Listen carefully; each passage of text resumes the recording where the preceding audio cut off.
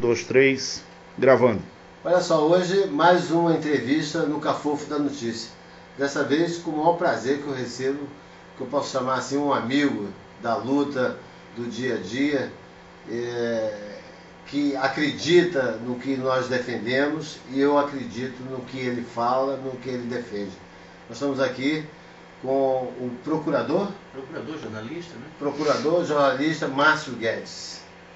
Márcio, e aí? Um prazer recebê-lo aqui no Cafofo. É uma nova experiência, Márcio, para a gente fugir da censura, dessa dinastia política que domina os meios de comunicação em Alagoas. Nós estamos aqui com a equipe do Muvuca, que faz com que a gente tenha a liberdade de ter esse espaço. É complicado, porque eu estava até comentando com você, em Alagoas a gente está cada vez mais restringido à notícia pastel, padrão, né? Então a notícia comercial sem ter o tom crítico, e mesmo quando você tem algo de crítico, é censurado. Você fica censurado, sai da parada e só ficam entrevistando aquelas mesmas pessoas, repete, etc e tal. Então quem pensa um pouquinho não tem comentar na televisão, no rádio, né? E por causa disso, porque os meios de comunicação estão na mão de poucos, né? E também sou lhe devedor, né? Porque por causa de uma dessas entrevistas vocês perderam até, você e o Arnaldo perderam até um programa de TV. É verdade, depois da nossa entrevista, né? Mas inclusive nós vamos voltar ao assunto da entrevista da televisão, o qual você se referiu aí, que nós perdemos o nosso espaço por causa dessa entrevista, mas o assunto ainda continua, infelizmente, quente, né?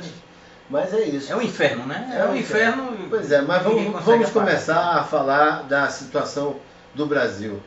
Márcio, como é que você vê a situação do Renan Calheiros hoje no cenário nacional e local?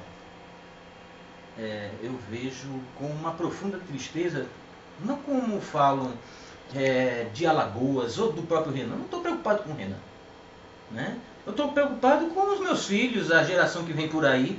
Porque o que Renan fez ou deixou de fazer, e o que ele está fazendo também, essas intimidações, a gente nunca viu na história do Brasil, né? Um senador intimidar todo o Senado, ainda permanecer no poder e dizer que é um coco, que só sai se arrancar da raiz, né? Quer dizer, isso a que nível debate político chegou no Brasil? Quem se lembra de, não 15, 20 anos atrás, nós tínhamos Ulisses Guimarães, né, na época da Constituinte, ainda que tivéssemos pessoas da direita, mas eram pessoas da direita que com Ulisses faziam debates ideológicos, etc. e tal. E tem até um Campos, né, esqueci, foi senador pelo Rio de Janeiro, morreu há pouco tempo, o Campos, então era um cara de direita, mas não se debatia como um senador se trepou em cima da mesa da sala da presidência, não sei da onde, né? Esse tipo de conversa não tinha, né? Então hoje não se discute nada de importante para a nação, não se discute o que está acontecendo no sertão, as pessoas morrendo, as favelas aumentando na cidade, porque é o que está acontecendo, a pobreza mascarada pelo Fome Zero, né? Porque basta se tirar o Fome Zero, volta todo mundo à pobreza zero, a fome total, vamos dizer assim, tirou o cartãozinho que ele vai pegar 80 contos lá, acabou. Quer dizer, nada de produtivo foi, esse país não cresceu, né? E não cresce, e o debate político que a gente vê, as pernas da Mônica Veloso, chegou até o ponto de Você só chegou nas pernas dela? Não, o pessoal começou a olhar as pernas, né? Mas eu não tive muito tempo para mexer na internet, mas pelo que eu fiquei sabendo, em Alagoas a revista sumiu, né? Então quem não é assinante da Playboy não vai ver a profundidade do saber da Mônica Veloso, como viu um determinado político daqui, né? Então eu acho muito triste o que está acontecendo com o Brasil e tenho muita pena dos meus filhos, muita pena mesmo. Eu penso, a cada dia que eu acordo, eu penso, vamos dizer assim, em arranjar uma grana e sumir desse país, porque tá chegando no fim do poço, né? Muito embora a gente saiba que sempre pode cavar um pouquinho mais o poço, né? Pois é. Ô Márcio, nesse afé do Renan veio aflorar uma certa dependência do Poder Legislativo ao Judiciário. Parece que hoje quem legisla é o Judiciário. em matéria de reforma política né? É o TSE, é o Supremo. Por quê? Porque quem devia legislar não legisla, que é o Congresso Nacional. Eu acho que em 99 eu estive em Portugal no Congresso, fiz uma declaração lá para 2 ministros, um do STJ, um do Supremo. Os advogados portugueses bateram palma para mim, os ministros brasileiros ficaram com muita raiva. Eu acho que eu disse lá em Portugal que a magistratura brasileira não era aquilo que eles estavam dizendo para os portugueses. Que para mim a magistratura brasileira era tão ou mais corrupta do que o legislativo e o executivo. E que a gente já vivenciava em 99 era a ditadura do Poder Judiciário. Poder Judiciário que pega, por exemplo, o caso do jornal A Notícia, há 10 dias atrás, e sem saber que tipo de matéria iria sair, proibiu que saísse uma matéria contra o candidato desembargador na OAB, sequer para mencionar o nome do cara. Né? Então, quer dizer, o cara não sabe o que vai sair, né? Ninguém sabe, e lá vem o juiz se achando o cara que vai decidir sobre a moralidade, decidir o que a imprensa vai publicar ou não vai publicar. Quer dizer, o que a gente já não basta a censura do próprio dono do meio de comunicação, já tem agora a censura oficial, prévia, do Poder Judiciário. E isso não é só nesse caso. Em outros casos também. É quando o judiciário briga com o executivo porque quer mais dinheiro. Aí o executivo fica com medo de não dar o dinheiro e depois o judiciário começar a prender aqueles picaretas que estão no executivo. Então vira aquele jogo de troca de favores, barganha e tudo mais, que eu sinceramente eu faria o que como o judiciário por exemplo, na Itália. É um departamento do Poder Executivo. Tem sua verbinha ali, não adianta pedir mais dinheiro, porque vai ganhar aquilo, tchau e benção e pronto. Vá decidir, vá julgar, porque aqui em Alagoas não julga, né? Inclusive, nós estamos passando por um momento assim de uma briga interna dos poderes agora para a questão do Tribunal de Contas, né? A indicação do Tribunal de Contas. E também a indicação do novo desembargador, né? Que é uma questão que deveria ser restrita à justiça. Mas parece que a política supera o poder da justiça nessas indicações, né? Sim, porque eu já vinha reclamando, em 97 fui candidato à presidência da OAB, fiz uma campanha de pouco recurso, e um dos candidatos me disse: Márcio, olha, eu gastei 200 mil reais porque botei não sei quantas entradas no programa do Fantástico. Se fosse uma campanha de OAB, o cara gastou 200 mil reais porque botou não sei quantas entradas de uma propaganda no horário Fantástico, e eu gastei o quê? 8 mil reais e fiquei quebrado. Então, e quem é que traz esse dinheiro? Né, para um candidato a desembargador cujo cargo vai ganhar no máximo 20 mil reais e tem gente aí pagando almoço, jantar, café da manhã 5, 6 vezes por semana. Né? Quem é que está trazendo essa grana? Está vindo da onde? Né? E quem está trazendo esse dinheiro vai cobrar o quê? Né? Então não existe hoje os lobbies, os grandes grupos por detrás de um ou de outro candidato até para patrocinar, que virou uma politicagem, principalmente depois dessa campanha que houve em 97, depois de 97, e do antepenúltimo presidente da OAB, que encareceu todo o procedimento eleitoral, que foi Humberto Eustáquio, que também chegou ao STJ através das mãos de Renan Calheiros. Né? Renan pediu e muito para que ele chegasse. E é uma pessoa que a gente sabe que ele não tem condição de chegar ao STJ. A qualificação desses candidatos, isso é observado na hora da escolha? Existem requisitos mínimos pela Constituição, quais sejam reputação ilibada e 10 anos de exercício da advocacia, né? Apenas. Essa reputação ilibada é que eu entendo que não está sendo observado. Por exemplo, eu impugnei um candidato porque tinha uma empresa que foi investigada pela CPI do narcotráfico em 1998, 99. Né? O negócio bateu lá no Supremo, aí o candidato disse: não, mas eu comprei a empresa depois. Mas quando ele comprou, A investigação sobre aquela empresa que fazia lavagem de dinheiro já estava rolando. Eu pergunto a você, você compraria, gastaria o seu dinheiro para comprar uma empresa que está sendo investigada por relações com o narcotráfico? Eu não, né? Principalmente...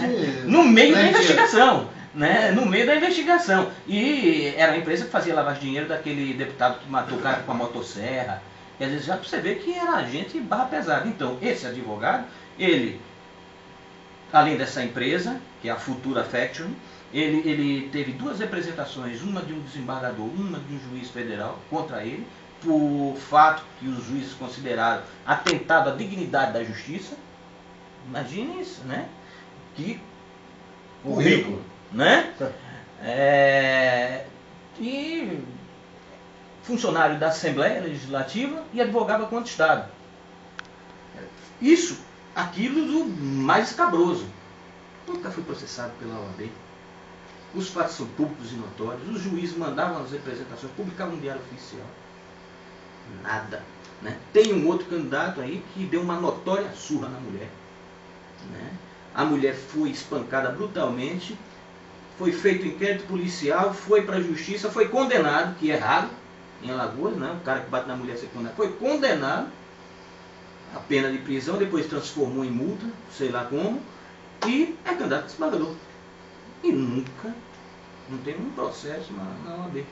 Então a reputação ilibada está meio confusa aí na parada. O notório saber jurídico eu já sei que 90% ali não tem.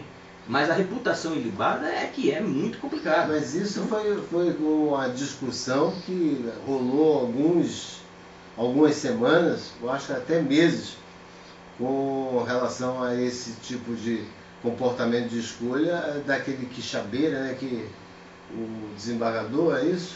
O Quixabeira foi um do Tribunal de Contas, Tribunal né? de Contas, ele perdeu. Ele esculhambou com todo mundo, na hora da posse. Exatamente, ele perdeu o cargo por decisão judicial. Né? Porque falou a verdade. O pau comeu e depois disseram que não tinha notoriedade e foi, perdeu. Mas não foi aqui, foi fora do estado. Certo. Né? Porque também estava envolvido um bocado de coisa. Mas, por exemplo, eu estou impugnando Fernando Costa, que é esse rapaz que tem essas empresas, é advogado de usineiro, etc. e tal, né? Se diz o candidato da cooperativa, né? Quer dizer, a cooperativa vai ter um desembargador, só se os advogados deixarem, porque se os advogados não quiserem, ele não entra na lista, né? Agora, se depender da OAB, ela não indefere a candidatura de um homem desse. O outro que bateu na mulher, né? E aí, como é que fica? Com a Lei Maria da Penha hoje que nós temos, na época não tinha, né? E tem mais, a mulher deste advogado, hoje é promotora. Não vou dizer nenhum nome, porque até o sobrenome eu tinha medo de levantar a mão para essa mulher.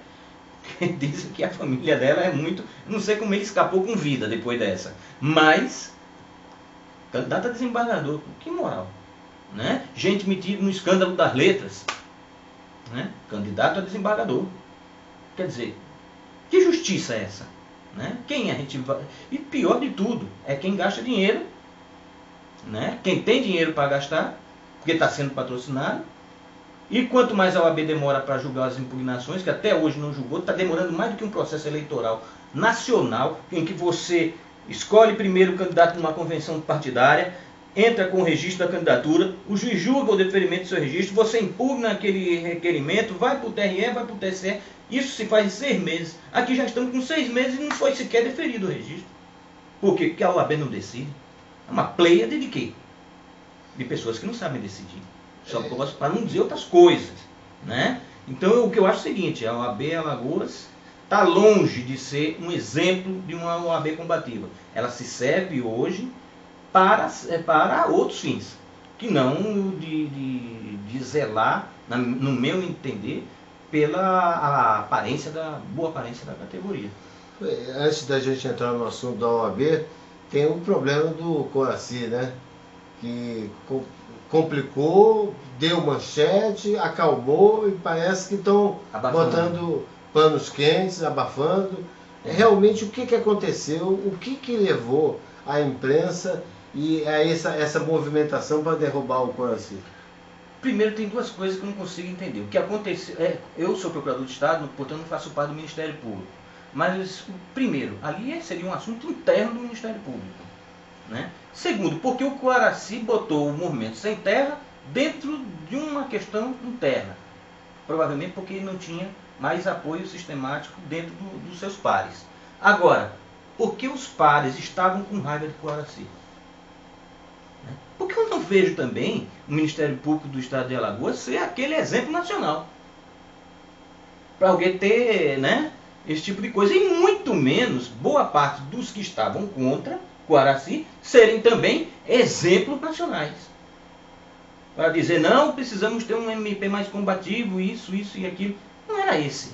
O problema era uma briga interna, política interna, em que meteu o movimento sem terra, que foi tudo utilizado. Do mesmo jeito que um bocado de político picareta vai lá e utiliza dos movimentos sociais, né? Não estou dizendo que o Coaraci seja picareta, porque eu acho que não é. Mas houve, eu acho que nesse movimento, a utilização de um movimento. Mas eu entendo uma certa manipulação do movimento do sem terra por parte de políticos e movimentos sociais, mas eu não estou entendendo o que o sem terra tem a ver com o Ministério Público. Eles estão dando um apoio porque o Coaraci, e o sem terra dá apoio, tem moral para dar apoio? E dá apoio gratuito a alguém? Né? Tem mais essa. E esse apoio vale alguma coisa? Não de sei. Um bando de marginal? Eu não gosto de dizer que eles são marginais. Tem bandido ali dentro. É um movimento. É um movimento. Um movimento mas vamos lá. Subversivo. Sim, mas... Você defende sem terra? Em parte sim. É? Em parte sim, eu acho que eles têm que fazer pela ousadia, que é uma coisa eles têm que escancarar o problema fundiário do Estado. Agora, eu acho que eles exageram muito. Exageram. Né? Como os servidores públicos do Estado de Alagoas estão exagerando demais nas manifestações que estão fazendo. Esse negócio de parar o 7 de setembro, etc. e tal. Ainda que a gente ache que o 7 de setembro seja uma coisa, um resquício do militarismo, etc. e tal, todo o país comemora o seu dia. Né, do dia da sua independência. Não tem, pode ser na China, no Japão, no Brasil, em qualquer lugar do mundo. Então eu acho que abusam. Né? E agora, o que eu gostaria de saber realmente, o que é que tem que levar o MST para fazer aquela baderna que houve, ali foi baderna, dentro do Ministério Público num assunto interno. Porque o que estava se pedindo, pelo que eu sei, era a prestação de contas. Né? Agora, também não sei se quem estava pedindo prestação de contas um dia também prestou, né? Ou tinha moral para exigir isso e aquilo. Então é uma bagunça que a gente não sabe. O que eu vejo ali é que todo mundo foi muito utilizado, a imprensa aproveitou do negócio, ficou muita bagunça, etc. e tal, e a verdade não vem à tona. Né? E eu vejo no X da questão o seguinte: o Ministério Público do Estado de Alagoas não é tão atuante como é o do Rio de Janeiro, como é o de São Paulo, como são outros bem mais do que o nosso. E às vezes eu acho ele muito letárgico, para não dizer outras coisas. Eu já ouvi muito promotora, pessoal do Ministério Público dizer que é o seguinte: você precisa provocar o Ministério Público. O Ministério Público toma conhecimento da notícia, faz de conta que não leu, faz de conta que não sabe e só age depois que você provoca. Uma ova. O Ministério Público, ele é o fiscal da lei. Ele soube do fato, ele tem que imediatamente tomar as providências. Você tem que provocar porra nenhuma. Ele pode, ex officio, tomar a iniciativa. É porque aqui não querem tomar. Isso é a grande verdade. Não querem tomar. Quem age por provocação é o judiciário. O juiz não pode pegar o processo e abrir um processo por conta própria. Mas o Ministério Público tem a obrigação, é isso que eu acredito, de denunciar, de abrir o processo, de pedir investigação, etc. e tal. E a gente sabe que muitas coisas que ocorrem aí, realmente você diz, sai nos jornais. Por exemplo, tem um outro jornal aqui, o A Notícia passado, de sábado, está lá uma página de um advogado que estaria em conluio com um cliente para chantagear pessoas da sociedade. Está lá o advogado e o cliente. Nem a OAB abre o processo, nem o Ministério Público pede para a polícia investigar. E sai a notícia e quem acaba sendo punido é o jornalista, punido até por danos morais, que depois que o jornalista que vai ter que provar, quando o cara que deveria se defender. Né?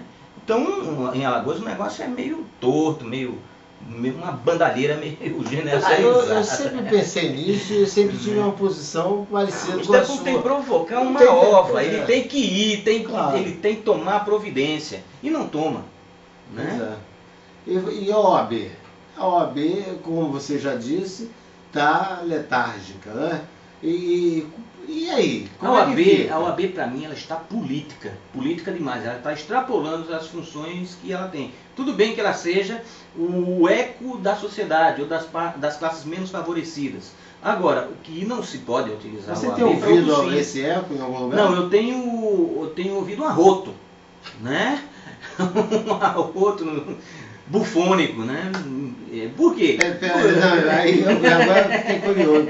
É pela o Porte físico do presidente da É, OAB o atual. porte físico? Sei lá, quem quiser que tome.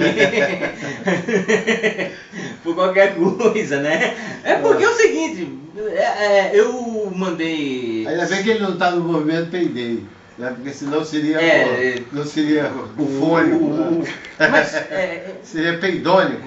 o Lobão disse que ele não faz parte do projeto do Cansei. Né? Peidei, mas Peidei, não fui eu. Mas não fui eu, né? Então a merda tá lá. Também, em relação ao OAB, o que eu vejo é isso. Eu já sempre fiz política na OAB, outras vezes. Você já foi candidato? Uma vez, em 97. Foi a primeira vez que no Brasil os inadimplentes tiveram o direito de votar. Quando você foi eleito? Porque eu entrei no primeiro processo para os inadimplentes terem o direito a votar no Brasil. Depois desse, já pediram a petição para São Paulo, Rio de Janeiro, Brasília. Aí começou a ampliar. E aqui em Alagoas, depois dessa minha petição, já 2 vezes posteriores ocorreu a eleição. Mas é notícia nacional a omissão da OAB com relação aos cursos de direito que existem em Alagoas, principalmente tratando-se do SESMAC, que foi desqualificado pelo Ministério da Educação. E a OAB não toma a menor providência e não está nem aí para isso, né? Não, a OAB só tem discurso. É isso que eu faço a crítica, tanto no plano regional como no plano nacional. Muito discurso, pouca ação. Então vira muita política e pouco fazer. Por exemplo, eu ia fazer um pequeno comentário. Eu peguei num site uma nota em março em que o presidente da OAB de Alagoas disse claramente que o melhor para Alagoas era o Coronel Sarrocha. Em março, está lá a foto, ele do lado do coronel, né? Semana passada estava pedindo... O coronel é secretário de segurança. Semana passada estava pedindo intervenção federal, pedindo para tirar o coronel. Quem mudou? O coronel, o presidente da OAB, Alagoas, né? Somos palhaços, né? Primeiro que o presidente da OAB não deveria ficar dando apoio a secretário de Estado nenhum. Não é função para ficar bonito com o governador na fita, né? Depois, também acho que não tem esse poder de querer destituir secretário algum. Tem o poder de fazer a crítica. E se quiser entrar nos meios judiciais naquilo que ele acha que está errado. Mas tem que tirar. Vamos pedir intervenção. Outra coisa. No dia do advogado. Quem é que estava cantando forró no clube da OAB? Cícero Almeida. Né? Cantando, rebolando lá, batendo bumba. Cícero Almeida. A convite do presidente da OAB. Que na eleição passada, antes de virar presidente da OAB, era filiado ao PFL e soltou pela cidade vários adesivos com o nome dele, candidato a deputado federal. Fez um artigo, foi publicado no jornal, defendendo a candidatura de João Lira. Então, pera um pouco, a OAB está a favor de João Lira, Cícero Almeida, etc e tal, ou ela é uma OAB isenta? Porque agora está pedindo intervenção. Se está pedindo intervenção, então é contra o TEL. Né? Então, que OAB nós temos? Aí vem os cursos jurídicos. E isso passa para tudo. Né? Ela tem funções na defesa do meio ambiente, aqui, ali, né? Faz parte do Conselho de Segurança do Estado. Por que a OAB no Conselho de Segurança do Estado nunca falou nada? Nunca pediu na cara do presidente do Conselho de Segurança, que é o secretário de Segurança, que ele se retirasse? Mas para a imprensa, quando tem uma câmera... que é isso, meu irmão? Aí vem, os cursos jurídicos. Existe uma comissão que avalia os cursos jurídicos nacional. e a outra estadual. A estadual, ela participa no momento em que vai ser aberto um curso jurídico e no momento do reconhecimento. Então, o curso pode ser reconhecido por 3 ou 5 anos. O que acontece? As faculdades apresentam um projeto bonitinho. Bota um cara com mestrado, etc. e tal, a OAB vai lá, realmente, pelo que tem no projeto, aprova. Mas quando entre o reconhecimento e entre a aprovação e o reconhecimento, que é o que interessa, porque o curso, se não for reconhecido de forma não vale merda nenhuma, a OAB não faz nada. Ou seja, passa 5 anos ali, de 3 a 5 anos, enganando as pessoas. Só falando que os cursos jurídicos estão isso e aquilo e tudo mais, essa comissão não aparece para fazer uma investigação em logo. Aí vem a investigação nacional e... Aí a nacional também vai lá... Com base em quê? Com base apenas no vestibularzinho da OAB. Que eu tenho certeza que esta prova da OAB, hoje, 80% dos conselheiros estaduais levam pau. Pelo nível que está... Nessa provinha. 80% leva pau. Mas leva pau mesmo. E isso, semana passada, um ministro que se aposentou há pouco tempo do Superior Tribunal de Justiça, deram a prova para ele. Ele leu a prova e tudo mais, ele disse, se eu tivesse que entrar na OAB, eu iria ser reprovado. Só para dizer que a prova está num nível muito acima do que o nível exigido para se realmente exercer a profissão. Mas vem aí, o curso está ruim. Vem lá. O curso está ruim, certo? Você fez o quê? Quantas vezes você foi lá na faculdade investigar para saber se o projeto estava sendo cumprido? Nenhuma. Eu posso dizer agora que nós temos agora algumas faculdades, né, que para conseguir autorização e reconhecimento você tem que ter alguém com mestrado. Aí o cara vai lá, apresenta o mestrado e tudo mais. Mas posso dizer que em Alagoas tem 2 faculdades com o mesmo coordenador, o FAO e Raimundo Marinho, né? Já não podia, de jeito nenhum, né? E esse coordenador da UFAO, desculpe, é colega meu, pessoa ótima, mas ele é coordenador da Raimundo Marinho à noite e na UFAO ele não está lá, que deveria estar coordenando o curso de Direito Noturno da UFAO. Nós temos umas 3 faculdades que têm especialistas como coordenadores. Os coordenadores que eram mestres só trabalharam 6 meses, não sei o que lá, tiraram, botaram para fora os coordenadores do projeto e botaram especialista. Né? A maioria delas não está com o núcleo de prática jurídica, que é obrigatório. Por quê? Porque tem a prova da OAB. Porque antigamente você fazia prática jurídica no escritório e aí você estava liberado do exame da OAB. E agora não, a prática jurídica tem que ser feita na faculdade. Mas como isso gera custo, eles não fazem um núcleo bom de prática jurídica, né? Faz meia boca, faz um convênio com a defensoria, aqui enrola ali, pá, e resultado, o aluno vai com a cabeça para a boca do leão fazer aquele exame da OAB que ninguém passa. Mesmo assim, por exemplo, quando eu estava coordenando um determinado curso, com todas as dificuldades, eu deixei em janeiro esta faculdade em primeiro lugar no exame da OAB. Uma faculdade privada.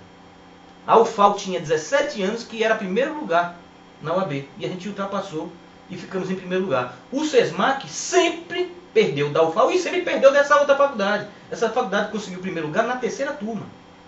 Que quer dizer que a UFAO também não está uma grande coisa não. Né? Ela ficou com 46 e a UFAO com 45. E o SESMAC tem uma média histórica de 26% de aprovados no exame da ordem.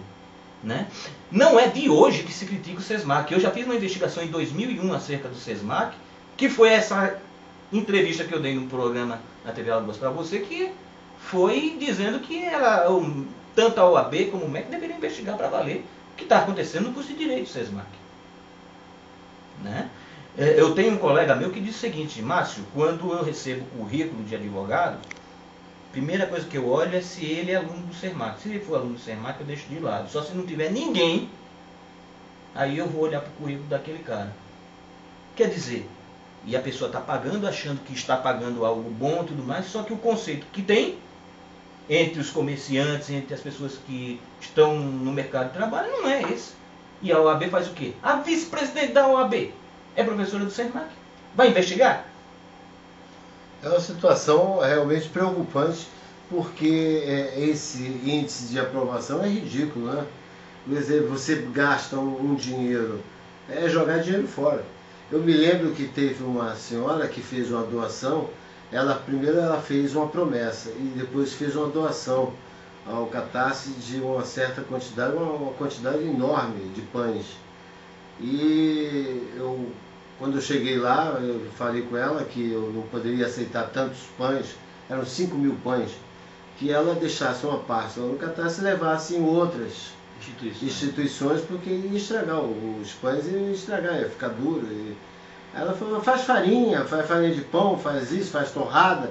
Eu falei, senhora, a senhora deixa 2 sacos aqui e leva o resto para as outras instituições. Ela falou, não, porque eu fiz uma promessa para o meu filho passar no SESMAC, e ele passou e eu estou cumprindo essa promessa, que é para deixar numa instituição esses pães. Eu falei assim, olha, já que a senhora fez uma promessa para o seu filho passar por SESMAC, já me desqualificou a minha instituição. Só pode levar os pães, porque a senhora perdeu o seu tempo em fazer promessa. Porque no SESMAC todo mundo passa, né? Desde aquele tempo que eu venho assim, meio cabreiro com o negócio do SESMAC, desses cursos, porque, na verdade, o ensino ele tem que ser público e gratuito. Virou uma indústria. O ensino privado ele tem que ser complementar, né?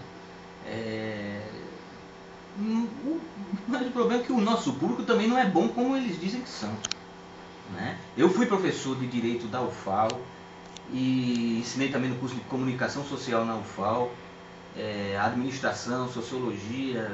Rapaz, a quantidade de professores que recebem sem trabalhar na Federal é uma coisa assim impressionante. Agora, sabe por que é bom? Porque são os melhores alunos, porque fizeram a maior peneira. E porque tem meia dúzia de professores que não contam para ninguém. Chego lá na sala de aula, bota texto em alemão, francês, inglês, italiano, para dá aula e vai-se embora. Então o cara tem que estudar, porque não tem essa de também achar que é dono do emprego do professor, como é numa faculdade particular. Só que essas faculdades particulares estão se acabando. Porque ao achar que o aluno é dono do emprego do professor, eles vão ver o resultado quando os seus alunos forem fazer a prova da OAB. Por quê? Porque o professor não vai exigir, o aluno não vai aprender e na hora do exame da OAB, né? Eu inclusive saí desta faculdade porque eu era exigente demais. E saí, graças a Deus, deixando ela em primeiro lugar no exame da OAB, com 46%. Né? Hoje, pelo que eu estou sabendo, já está quase chegando pertinho do SESMAC, empatando com o SESMAC. Né? Mas aí o problema não é meu, quem veio é que tem que levar para frente. Mas comigo não tinha coisa. Aluno tem que ver qual é o papel dele. Mas, Márcio, é aluno. Há uma contradição muito grande que você está falando, quando, por exemplo, hoje eu passei em frente ao novo campus universitário lá da FIT, Faculdade de Tiradentes, né, que está sendo instalado aqui. Um negócio enorme, um prédio enorme, uma área muito grande. Vai perguntar quanto é que eles pagam de carga horária para o professor? Dizem que está muito próximo ao que o SESMAC paga, que é notoriamente a pior remuneração de professores que tem, né? Eu quando trabalhava no SESMAC... Falta conscientização dos pais, né, quanto à formação dos filhos, quando eles pagam a mensalidade e ficam contentes e comemoram o passar no vestibular nessas faculdades picaretas ou comerciais? Falta sim. Primeiro é o seguinte, o pai acha que o que interessa é você ter aula. Aí também tem o lado da UFAL. Às vezes o professor não está, mas passou numa pesquisa que você vai ralar aquilo que você jamais ralaria numa faculdade particular. Né? Então você pesquisa na Federal. Né? Nas privadas eles não querem incentivar a pesquisa porque isso é custo. Né? Eles querem só a hora-aula e fazer aula show. Ou seja, sala com computador, com isso, com retroprojetor, com não sei o que lá, com um pinico ali, papá. Cosmetologia do ensino. Para mim não interessa se a sala tem computador, isso, aqui, para mim o que interessa é aquele professor que está ali. Tem mestrado, doutorado, ou até especialização, mas é gabaritado para dar aquela aula, tem capacidade para dar aquela aula. Se ele tiver, ele vai dar essa aula, tendo computador, data show, não sei o que lá, ou só tendo um giz e um quadro, como é na UFAL. Porque lá não tem. Tem um data show para 5 cursos. né? Não tem quadro com pincel atômico, né? Então, o que interessa é investir no corpo docente. Quando você chega numa faculdade que paga R$20 por hora aula, aí é brincadeira, meu irmão. Eu mesmo não vendo o meu conhecimento por causa de R$20 por hora aula, né? Mas como muita gente, o mercado tem muita gente aí, muitos que não têm especialização, isso e aquilo começa a se vender. Outra coisa também é que um amigo meu, ele é médico, ele ficou surpreso ao saber que ele se formou nos Estados Unidos e lá aparece nos Estados Unidos tem 17 faculdades de medicina. Aqui são 178. Né? Quer dizer, é um absurdo isso. Eu vou dizer essa qualificação profissional, depois você fica perguntando por que tantos erros médicos acontecem no Brasil? É isso. É porque um deputado vai fazer uma angiografia em São Paulo, que é um procedimento simples, como está acontecendo agora no estado de Alagoas. É medo. É medo, porque sabe que aqui o negócio é feio. Eu tive um parente que morreu semana passada, ficou no pronto-socorro, eu fiz um relato e vou mandar ele para o vice-governador do estado. Eu tenho uma prima que quase morreu semana passada também, nessa mesma época que morreu o meu outro primo, que passaram 15 dias e não souberam dizer que ela estava com um problema no apêndice.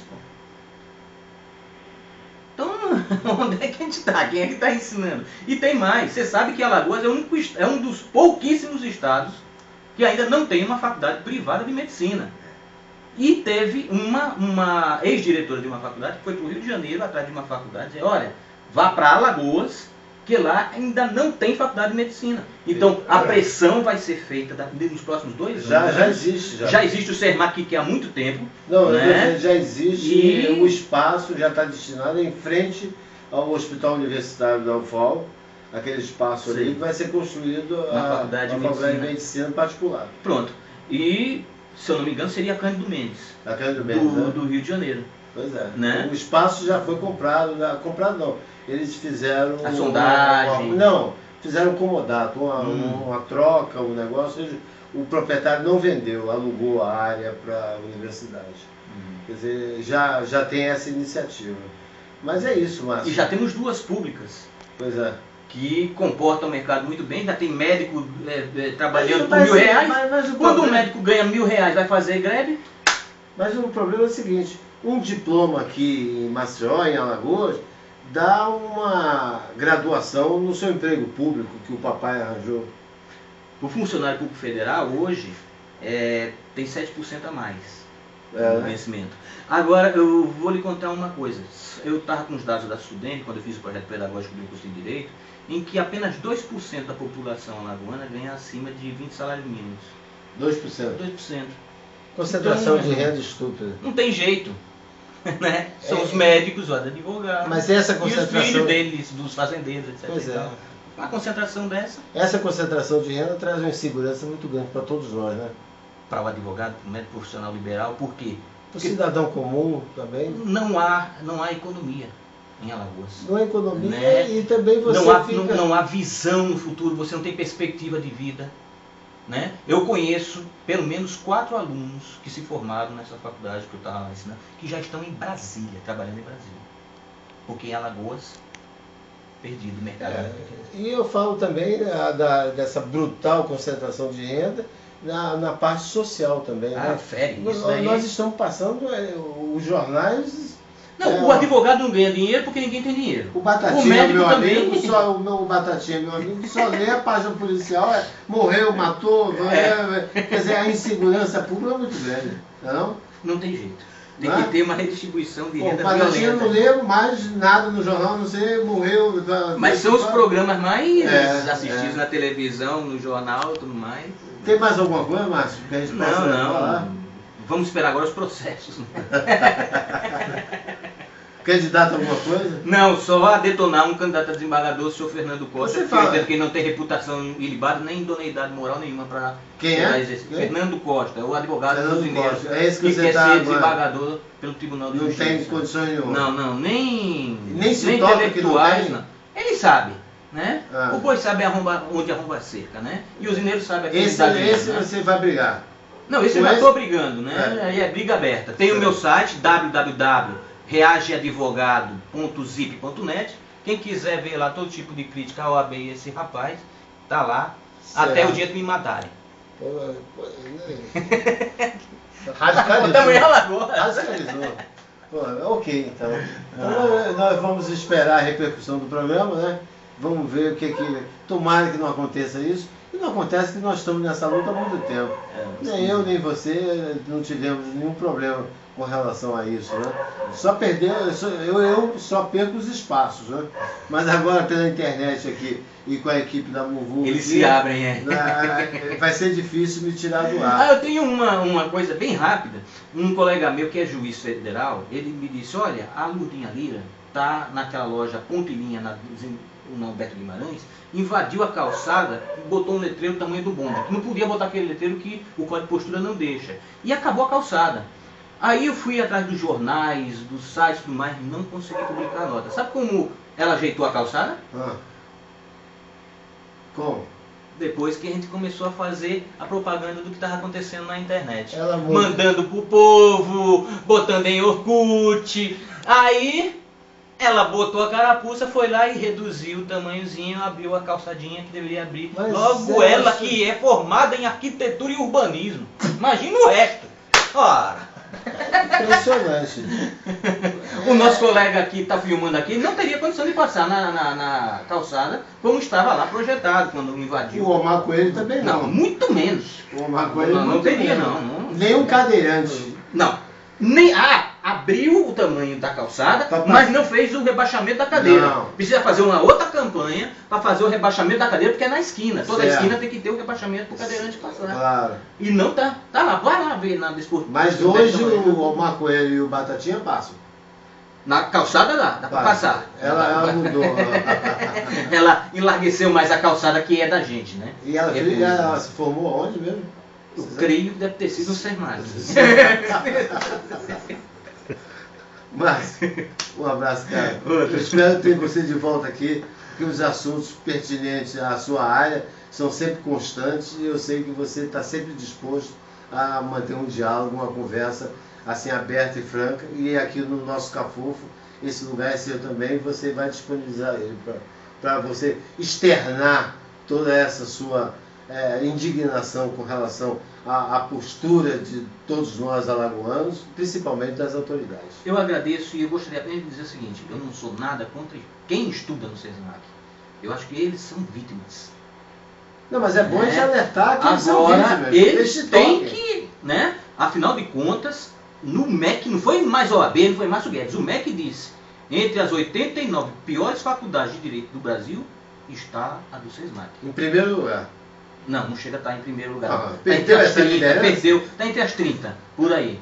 Então tá bem. Então tá bem. Pô, de 500 e tanto? Pô, tá ótimo. Entre as 30 piores? A gente tá falando aí, é a nossa língua que é grande demais. Eu pensei que ela fosse a primeira. Mas é a única de Alagoas. Então os alunos têm que, tem que cobrar. Tá pagando, não tá? Porque, pelo que eu sei, o SESMAC não paga imposto estadual porque diz que é fundação municipal. Não paga imposto municipal porque diz que é fundação municipal. Mas cobra mensalidade, quando deveria cobrar taxa. Certo. Mensalidade só pode cobrar quem é privada.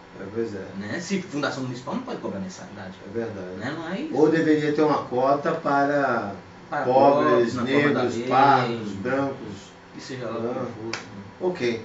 Obrigado, cara. Foi um prazer tê-lo aqui. Até mais.